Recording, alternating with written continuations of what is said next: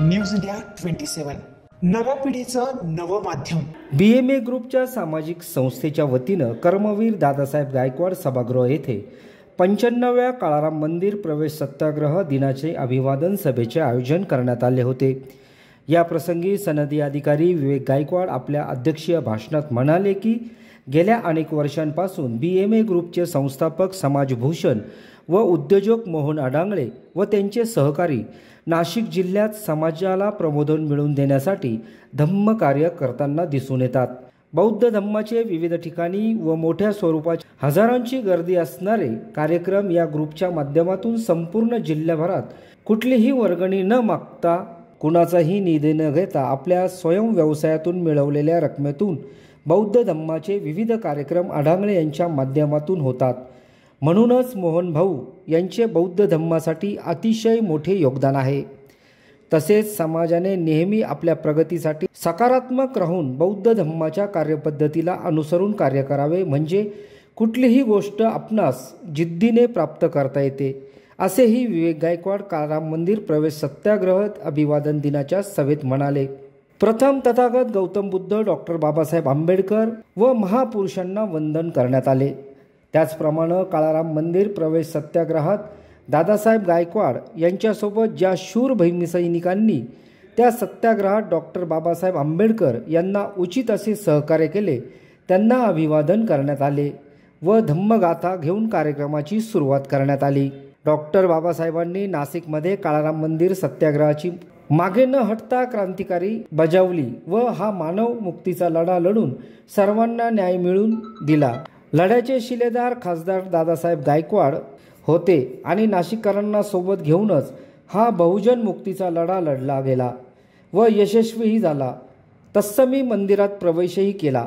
2 मार्च 2025 रोजी डॉक्टर बाबासाहेब आंबेडकर यांनी केलेल्या या महासत्याग्रहास 95 वर्ष पूर्ण झाले। या दिवसाचे औचित्य साधून नाशिकचे उद्योजक समाजभूषण मोहन भाऊ अडांगळे त्यांच्या BMA ग्रुपच्या वतीनं विविध क्षेत्रात आपल्या कामाचा ठसा उमटवणारे शासकीय तथा उच्च शिक्षित अधिकाऱ्यांचा सत्कार सोहळा आयोजित करण्यात आला होता। या सत्कार सोहळ्यात महाराष्ट्रातील विविध विभागात कार्यरत असणारे उच्च शिक्षित प्रशासकीय अधिकारी वर्गातील 25 अधिकाऱ्यांना धम्म प्रेरणा पुरस्काराने गौरवण्यात आले। या कार्यक्रमानिमित्तानं महाराष्ट्राचे ख्यातनाम गायक विठ्ठल उमप यांचे सुपुत्र प्रसिद्ध गायक संदेश विठ्ठल उमप तथा प्रवीण डोणे व सहकाऱ्यांनी दिव्य असा भीमगीत गाथेचा सांस्कृतिक कार्यक्रम उपस्थितांसमोर सादर केला।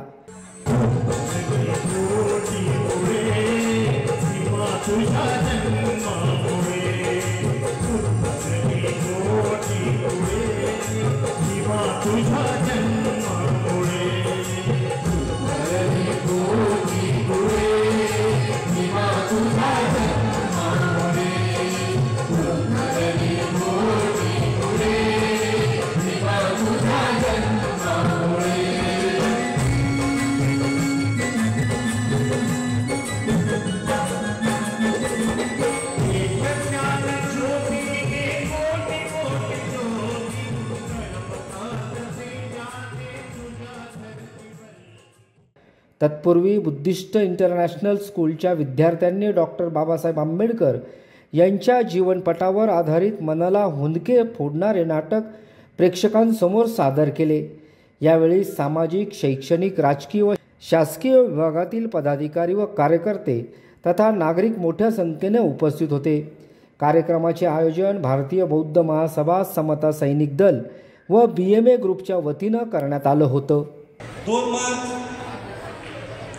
1930 रोजी जो बाबासाहेबांनी काळाराम मंदिर प्रवेशाचा जो सत्याग्रह केला होता, त्या कार्यक्रम प्रसंगी उपस्थित असणारे पूज्य भंते तसेच विवेक गायकवाड साहेब व मंचावरील सर्व प्रमुख मान्यवर व इथे जमलेले माझे सर्व धम्मोपासक उपासिका यांना माझा क्रांतिकारी जय भीम। जय भीम नावं जर जन्माला आलं नसतं तर आज आपली मुलं जी वर्गात बसून शिकत आहे ती वर्गाच्या बाहेर बसून शिकली असती आणि या जय भीम नावं जर जन्माला आलं नसतं तर आज आपल्याला जे घरात नळाला पाणी येत आहे तो पिण्यासाठी सुद्धा बाबासाहेबांना सत्याग्रह करावा लागला।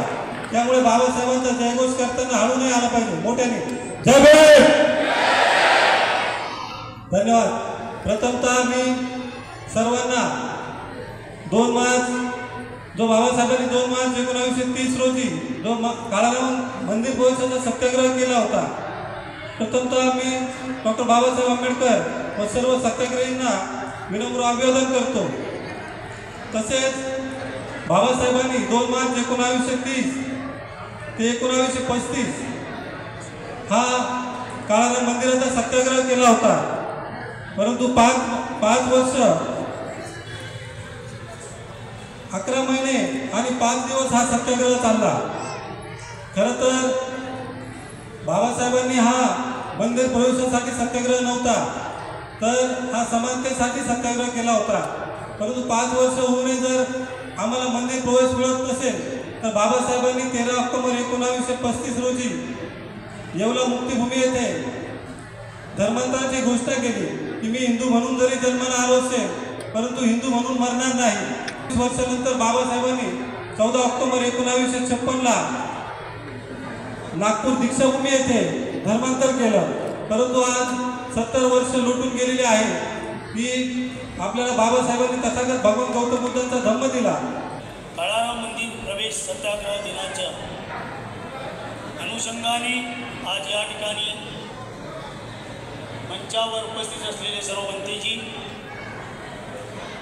व्यासपीठावरील सर्व मान्यवर, ज्यांचा आपण आज सत्कार केला ते सर्व सत्कार मूर्ती, सर्वांची नावं घेत नाही मी. या कार्यक्रमाचे प्रमुख आयोजक राहुल बच्चा, मोहन फडांगळे, चंद्रकांत गायकवाड, त्यांचे सर्व सहकारी, सर्व उपासक आणि उपासिका. आज आपण काळाराम मंदिर प्रवेश सत्याग्रह दिनाच्या कार्यक्रमाच्या अनुषंगाने या ठिकाणी उपस्थित राहिलो ते उपस्थित आहोत. केवळ संदेश उमाप आणि त्यांचे सहकारी यांच्या गाण्यांचा आनंद आपण घेणे हे अभिप्रेत नाही.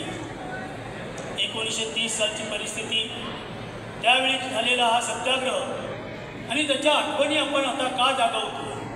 नव्या पिढीला याबद्दल काही माहिती आहे का? बाबासाहेबांनी घेतलेले कष्ट, त्यांच्याबरोबर वेगवेगळ्या लोकांनी घेतलेले कष्ट आपल्या नव्या पिढीला माहीत करून देणे, त्यांच्यामध्ये एक स्फूर्ती निर्माण करणे, याकरता हा कार्यक्रम या ठिकाणी आयोजित केलेला आहे. सर्व सत्याग्रहींना त्रिवार वंदन करतो. आज या सोहळ्यासाठी उपस्थित असलेले पूज्य भंते आणि त्यांच्या संघास त्रिवार वंदन करतो. आजच्या कार्यक्रमाचे प्रमुख अतिथी, ज्यांची वाट पाहण्यासाठी आपण खरं तर थांबलो होतो, तसे महाराष्ट्र राज्य सहसचिव नियोजन विभाग मंत्रालय आयुष्यमान माननीय विवेक मनसिंग गायकवाड सर, IAS अधिकारी, खरं तर आपल्या समाजातील एक नावाजलेलं नाव. तसेच बाबासाहेब एकदा म्हटले होते, शिक्षण हे वाघिणीचं दूध आहे, जो प्राशन करेल ते गुरगुरल्याशिवाय राहणार नाही. असंच आपल्या शिक्षणाच्या जोरावर आणि आपल्या बुद्धीच्या जोरावर प्रशासकीय क्षेत्रात महत्त्वाच्या जागा टक्कवणारे आपले सर्व सन्मानार्थी अधिकारी, भारतीय बौद्ध महासभेचे सर्व पदाधिकारी, समता सैनिक दलाचे सर्व पदाधिकारी आणि समोर बसलेले माझ्या सर्व आंबेडकर अनुयायांना सविनयी जय भीम. खरं तर बाबासाहेब एकदा म्हटले होते, भारतात बुद्ध धम्माच्या वृक्षाची पाने वाळलेली आहेत, पण मुळे मात्र जोमदार आहेत. त्याला योग्य खतपाणी घातलं तर हा बौद्ध धम्माचा वृक्ष पुन्हा फोफवून आल्याशिवाय राहणार नाही. आणि गेल्या अनेक वर्षापासून खरं तर वर्षानुवर्ष या बौद्ध धम्माच्या वृक्षाला पाणी घालण्याचं काम आमच्यासारख्या सवंगड्यांना सोबत घेऊन ही बौद्ध धम्माची शीतल सावली खेड्यापाड्यात पोहोचली पाहिजे.